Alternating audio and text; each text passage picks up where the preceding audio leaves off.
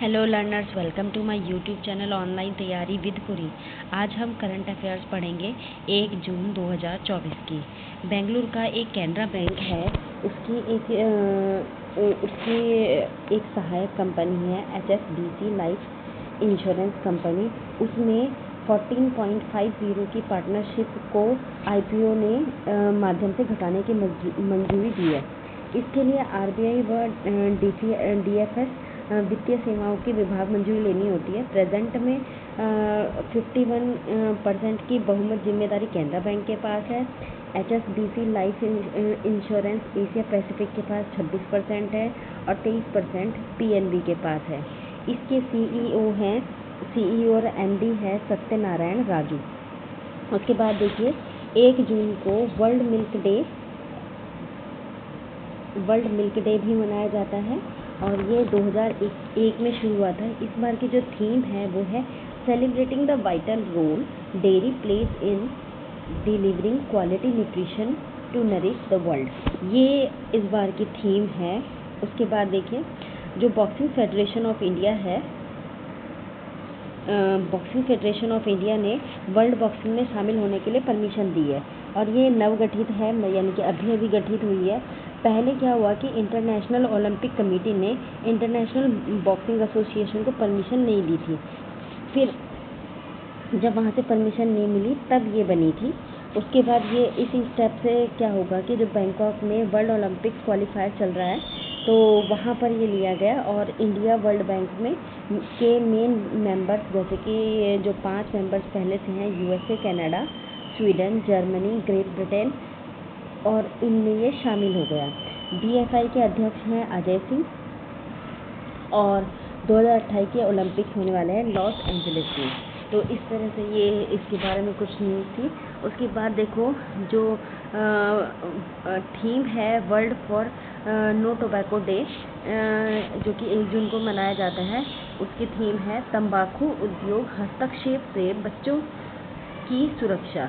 केंद्रीय स्वास्थ्य सचिव श्री अपूर्व चंद्रा ने टोबैको के विनाशकारी प्रभाव को ध्यान केंद्रित किया और भारत के राष्ट्रीय तंबाकू नियंत्रण कानून कोटपा, जो कि 2023 में लिया गया था, उसका कठोर पालन करने के लिए कहा गया है। जागरूकता कराने के लिए जागरूकता का तीव्रीकरण करने के लिए कहा गया है। और बैडमिंटन स्टार PV सिंधु को इसका ब्रांड एम्बेसडर नामित किया गया है, जो कि दिख रही होंगी आपको, ये PV सिंधु है। उसके बाद देखिए निमहंस जो है national institute of mental health and neuro sciences Bengaluru में है, जो कि इसको WHO ने 2024 का नेल्सन मंडेला पुरस्कार से पुरस्कृत किया है। उसके बाद देखिए ये जो प्रोग्राम था ये जेनेवा में चल रहा था और ये 77वां प्रोग्राम था। निमहंस की जो निदेशक हैं वो है प्रतिमा मूर्ति। देखिए ये है हमारी प्रतिमा मूर्ति जी।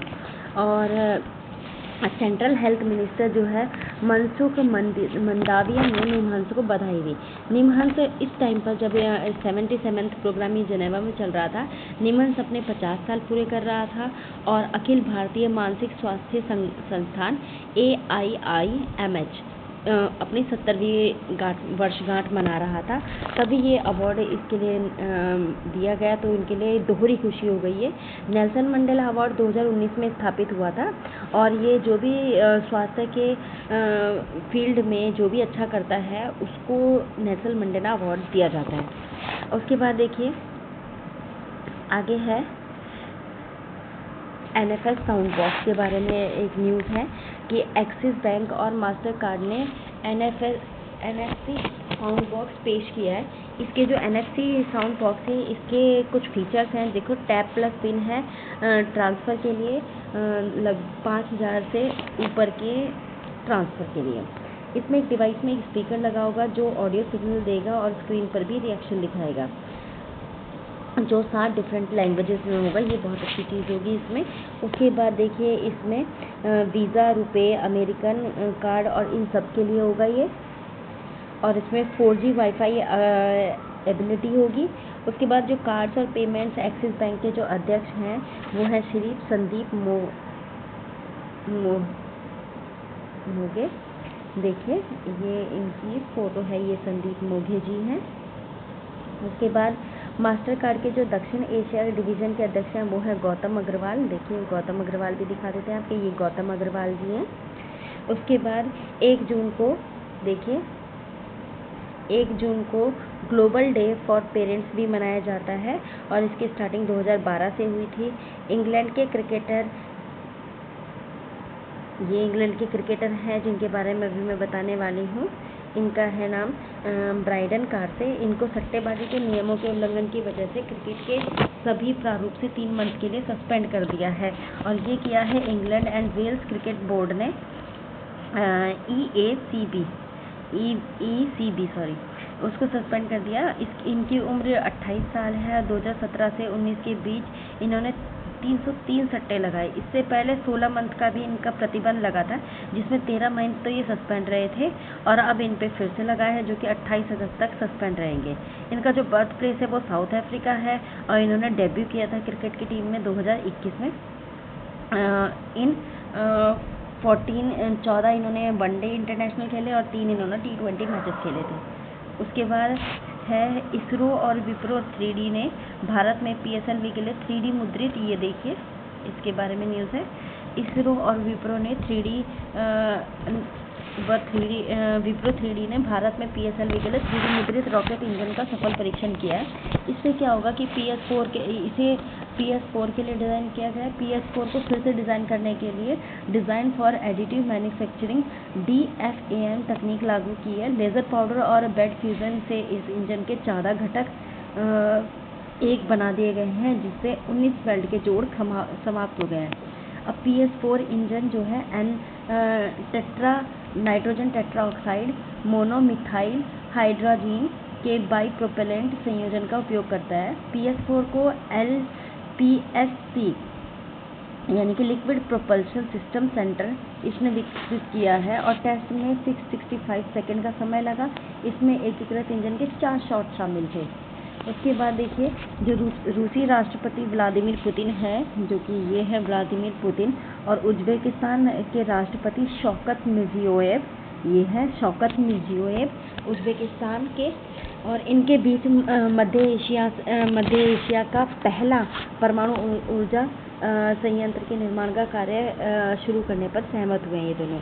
अब इस संयंत्र की अगर प्रॉपर्टीज़ बताएं तो इसमें छोटे छोटे 6 रिएक्टर्स होंगे और एक की जो पावर होगी वो होगी 55 मेगावाट, टोटल हो गई 330 मेगावाट और जिजाक क्षेत्र में ये लगेगा। रूस ने इसके लिए उज्बेकिस्तान को $500 मिलियन की वित्तीय सहायता का वादा भी किया है।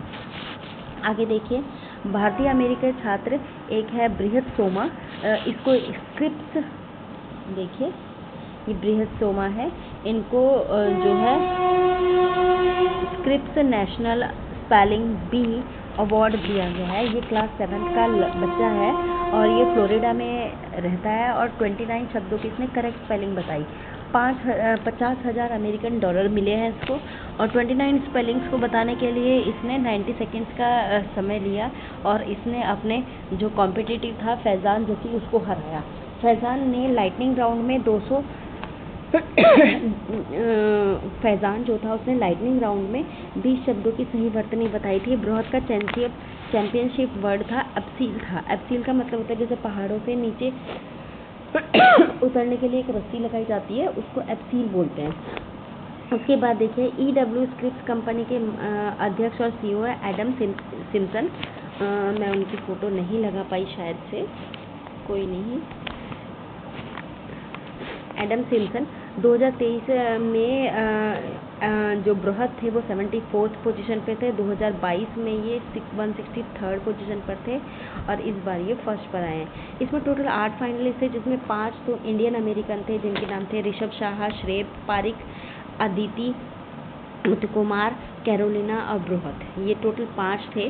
उसके बाद देखिए RBI ने SBM जो कि जिसकी फुल फॉर्म है स्टेट बैंक ऑफ मॉरिशस, इस पर 88.7 लाख रुपए का जुर्माना लगाया, क्योंकि एसबीएम ने आरबीआई के जो लाइसेंस से जुड़ी जितनी भी शर्तें होती हैं उनका अनुपालन नहीं किया था। आरबीआई ने एनुअल रिपोर्ट 2023-24 अपनी पेशकश करी है।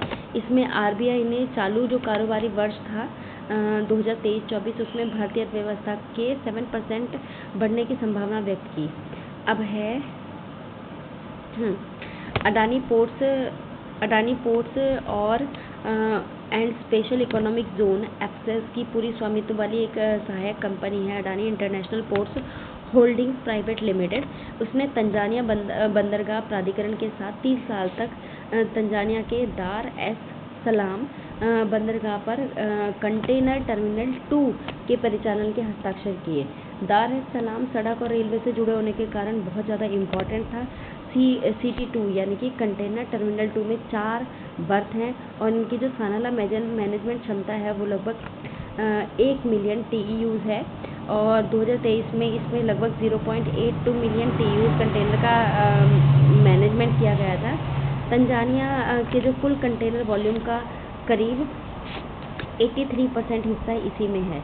EAGL ने Tanzania international container terminal services limited TITCS में 95% हिस्सेदारी के लिए हचिसन पोर्ट होल्डिंग्स लिमिटेड और हार्बर्स इन्वेस्टमेंट लिमिटेड से $3.95 करोड़ समझौते पर हस्ताक्षर किए। एप्सिस के जो प्रबंधक हैं निदेशक हैं वो है करण अदानी। ये करण अदानी है जो मैंने फ़ोटो में दिखा रखे हैं, करण अदानी जी है ये। इससे क्या होगा कि जो ये जितने भी बंदरगाह पूर्वी अफ्रीका के बीच व्यापार बढ़ेगा इससे। उसके बाद देखिए अप्रैल में जो कोर सेक्टर है उनमें वृद्धि बढ़कर 6.2% हो गई, जिसमें कोयला, इस्पात, सीमेंट, उर्वरक, बिजली, प्राकृतिक गैस, रिफाइनरी ये सब शामिल है। और इकरा के जो प्रमुख अर्थशास्त्री हैं अदिति नायर, ये हैं अदिति नायर। देखिए ये है हमारी अदिति नायर। इनके अनुसार इन्होंने कहा कि जो स्टील का सेक्टर है उसमें 9.4% की वृद्धि हुई है। उसके बाद देखिए नेक्स्ट है हमारा राजकोषीय घाटा। सरकार को राजकोषीय घाटा 2023-24 में जीडीपी का 5.63 रहा, जबकि केंद्रीय बजट में 5.8 का अनुमान था। उसके बाद लास्ट न्यूज़ है हमारी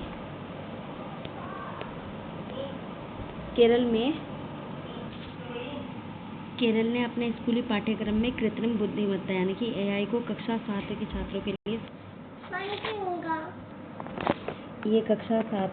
के लिए बनाया गया है।